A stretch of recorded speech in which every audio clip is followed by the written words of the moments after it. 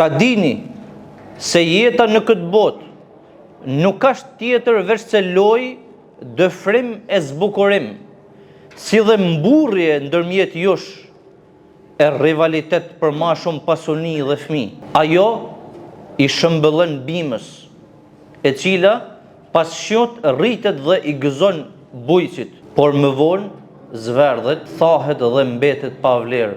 Në botën tjetër, ju presin vujtje të mëdha ose falja e Allahut dhe kënaqësia e tij. Jeta në këtë botë është vetëm kënaqësi e rreme, pra një kënaqësi e përkohshme dhe kalimtare. A'udhu billahi minash shaitanir rajim. Bismillahirrahmanirrahim. Alhamdulillahi rabbil alamin. Wassalatu wassalamu ala rasulina Muhammedin wa ala alihi wa ashabihi ajma'in. Falënderimet, adhurimet dhe madhështia absolute i takojnë Allahut fuqiplot. Atë e falenderojmë prej tij falje, ndihmë dhe udhëzim kërkojmë. Salavatet, selamet dhe përshëndetjet më të përzemërta i shkojnë Hazreti Muhammed Mustafas alayhi salatu wassalam, familjes tij, shokëve të tij dhe gjithë atyre që e pasuan dhe do ta pasojnë rrugën e tij deri në ditën e Kiametit. E nderuar xhamat, sonte do të flasim rreth realitetit dhe rreth të vërtetës së jetës së kësaj bote. Hoxhallarët në përgjithësi e kanë zakon me e shoh dynjan, edhe pse në shumë raste nuk jam dakord personalisht për me i dhënë konotacione negative jetës së kësaj bote. Kam vënë se në shumë ligjërata hoxhallarët flasin jeta e dynjas, kështu jeta e dynjas është e keqe. Prandaj sonte na po e shohim dynjan, më thojza, po nesër do na me livdu, inshallah. Pra, nesër, mendim Zotit, do të marrim një ders që do të flasim për rëndësinë që ka jeta e kësaj bote, rëndësinë dhe peshën që ka dynjaja. Asante do të flasim rreth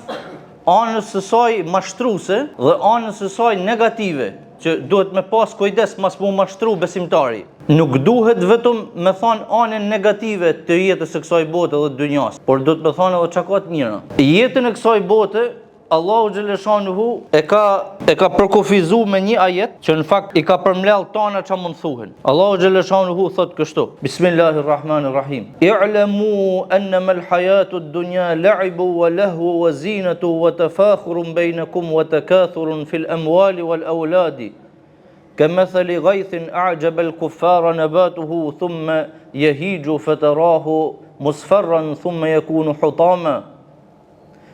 وفي الآخرة عذاب شديد ومغفرة من الله ورضوان وما الحياة الدنيا إلا متاع الغرور. Ajeti kuranor në gjënë me vëmendje sepse është shumë i rëndësishëm se çfarë është jeta e kësaj bote. Thot Zoti, ta dini se jeta në këtë botë nuk është tjetër veç se lojë, dëfrim e zbukurim, si dhe mburrje ndërmjet jush e rivalitet për ma shumë pasuni dhe fëmijë. Ajo i shëmbëllën bimës, e cila pas shjot rritet dhe i gëzon bujqit, por më vonë zverdhet, thahet dhe mbetet pa vlerë. Në botën tjetër, ju presin vujtje të mëdha ose falja e Allahut dhe kënaqësia e tij. Jeta në këtë botë është vetëm kënaqësi e rreme, pra një kënaqësi e përkohshme dhe kalimtare.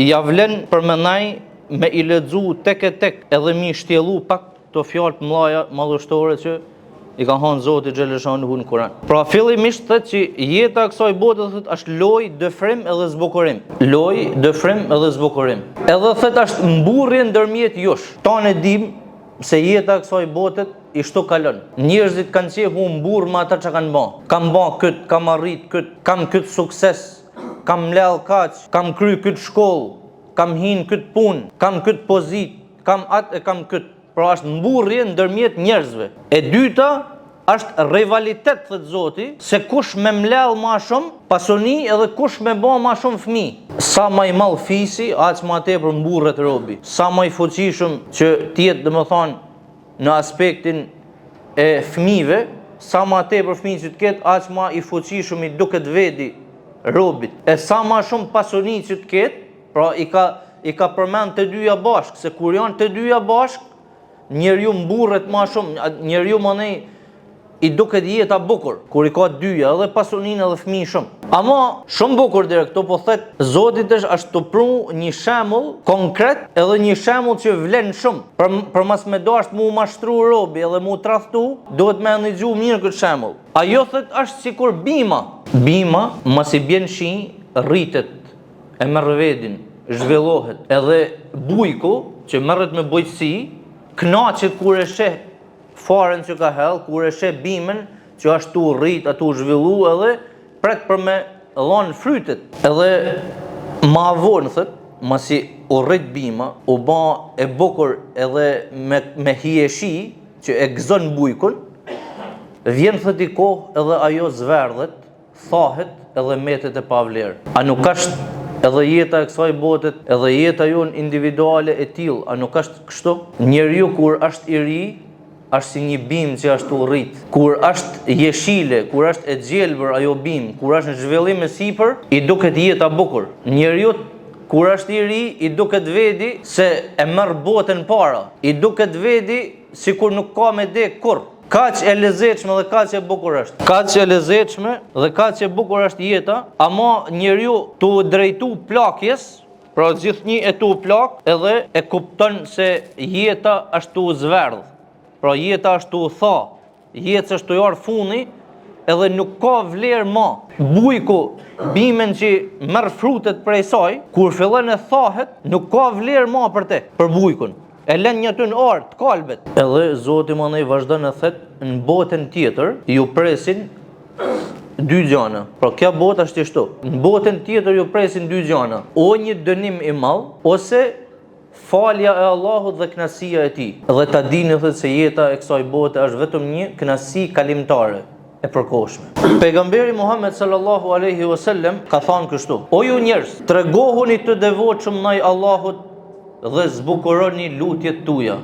Tash do m'ju citu shpejt e shpejt 3 gjana, 3 historina që më kanë marrë përshtypje shumë në një prej librave që kam lexuar dhe i kam marrë shënim. Një nga mbretërit e Horasanit na paska pa në anër thët Sultan Mahmudin, të birin e Sebuktekinit, 100 vjet pas vdekjes së tij. I tan trupi i ishte zbërthy dhe ba dhe, vetëm syt ishin gjallë.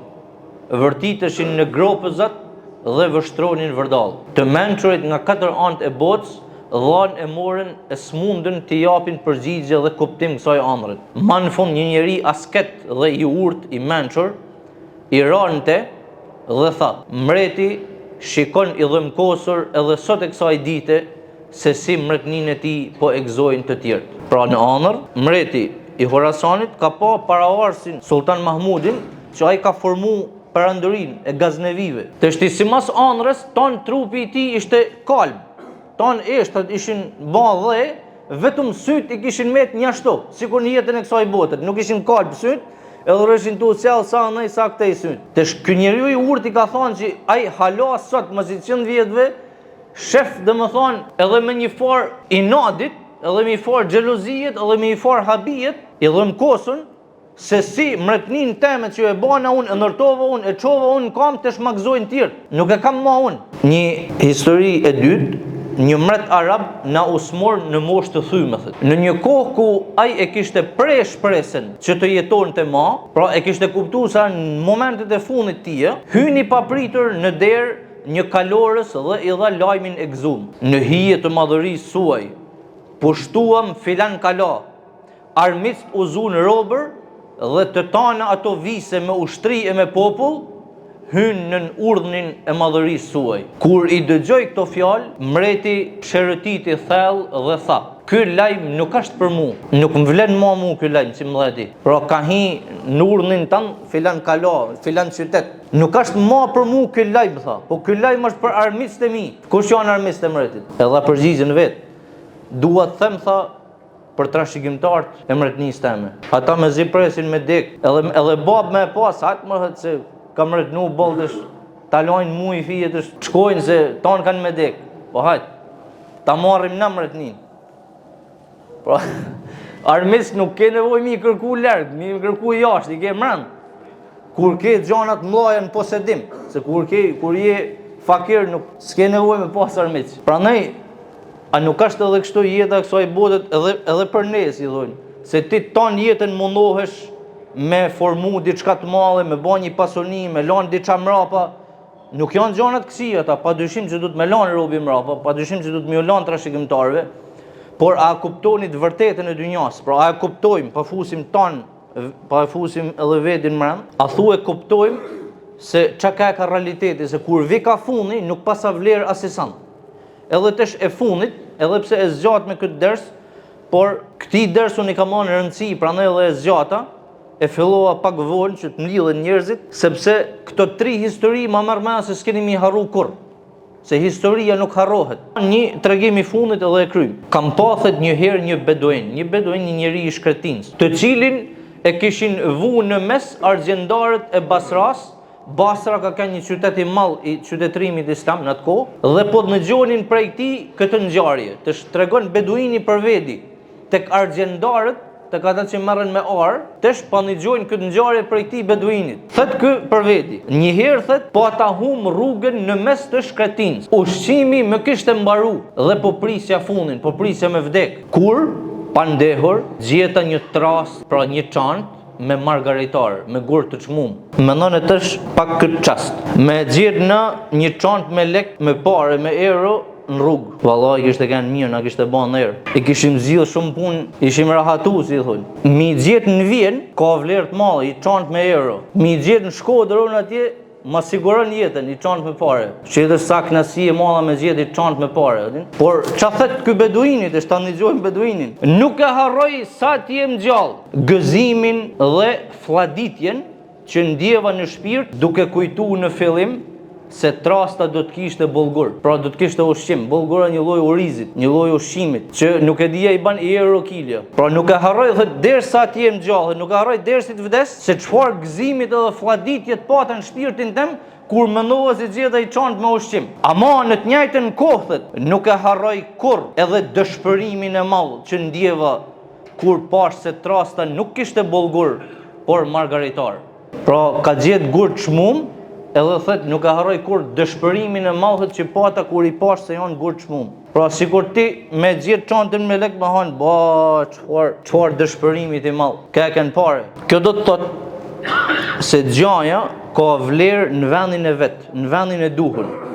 Pasonia dhe gur të çmum dhe parja ka shumë vlerë këtu, por nëse ti merresh vetëm me këtë botë, harron me marrë në i gja me vedi për një jetën e përtejme që ke me marrë vetëm veprat tuja, atëherë me shumë keq ardhje do të përballesh me dëshpërimin më të madh kur të hapen perdet dhe në synin tënd asnjë prej njerësive të kësaj bote nuk ka me pas vlerë në synin tënd. Këtë mund ta kuptoni edhe nëse keni pa ndonjëherë në anër se keni dek. Nëse keni pa ndonjëherë vedin në anër se keni dek, edhe një herë kur i një çukur i gjumit, as si sa në synin tuaj nuk ka pas vlerë për sa i përket jetës së bote, as puna që keni, as familja, as kërkosh, nëse e keni përjetuar një anër të tillë. Allahu xhaleshanuhu na baf prej atyre që nuk tradhtohen, që nuk mashtrohen dhe që e kuptojnë të vërtetën e kësaj bote dhe ja japin hakun kësaj bote, se nuk ban mas me dhënë hakun, ama atë njëjtën kohë edhe mu përgatit dhe me mlell pasoni për jetën e përtejme. Amin, alhamdulillahi rabbil alamin, al-Fatiha.